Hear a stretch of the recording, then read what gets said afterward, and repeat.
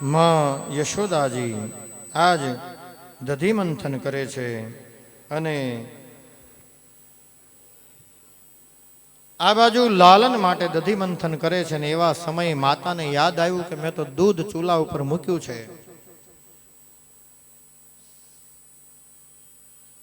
આ યાદ આવ્યું એટલે થયું કે હમણાં ઉભરાઈ જશે. દોડી અને રસોડામાં ગયા.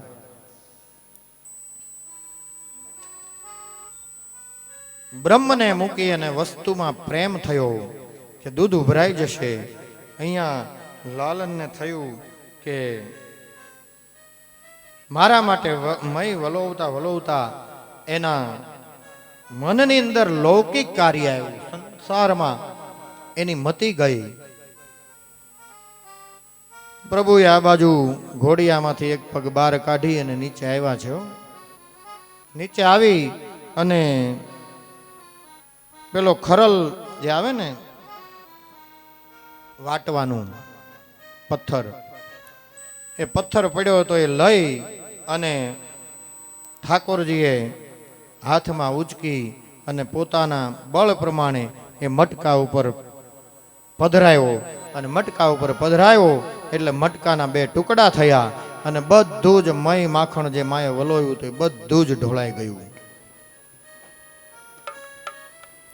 લાલન સુધી રેગાડો આવ્યો. લાલન હાથમાં લઈ અને મોઢામાં નાખે છે. આખું મોઢું મય માખણ વાળું થયું છે.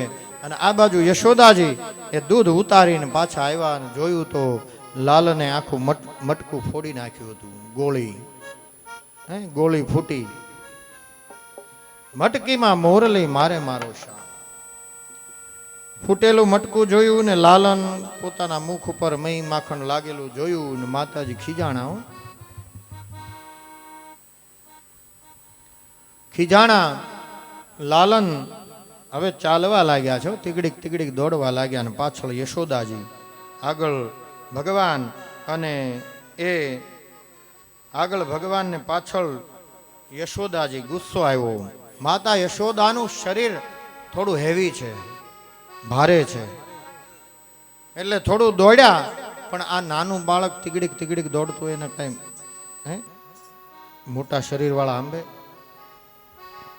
થોડી વાર થઈ યશોદાજી થાકી ગયા. થાકીને હાશ કરીને ઓસરીની કોરે આવીને બેસી ગયા કે હવે આ નહીં પકડાય.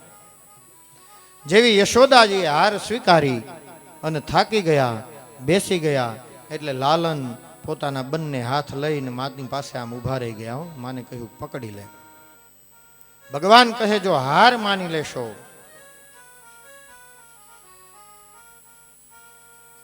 તો હું તમારા વશમાં થઈ જઈશ. બાકી તમને અહંકાર હશે કે હું આને પકડી લઉં પકડી લઉં પકડી લઉં, તો હું કોઈનો પકડ્યો પકડાતો નથી.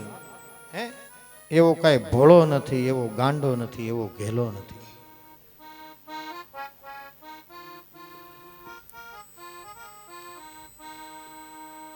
તો હું એવો કાંઈ ગાંડો નથી, એવો કાંઈ ઘેલો નથી. કોઈનો પકડાવ નહીં.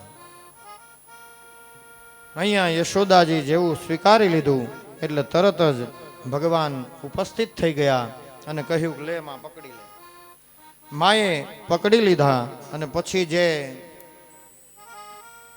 ઉલુખાલ હતો એની સાથે માએ બાંધી દીધા છે. લાલનના બે હાથ બાંધ્યા અને એક છેડો છે એ પેલા ખાંડણિયાની સાથે બાંધી દીધો.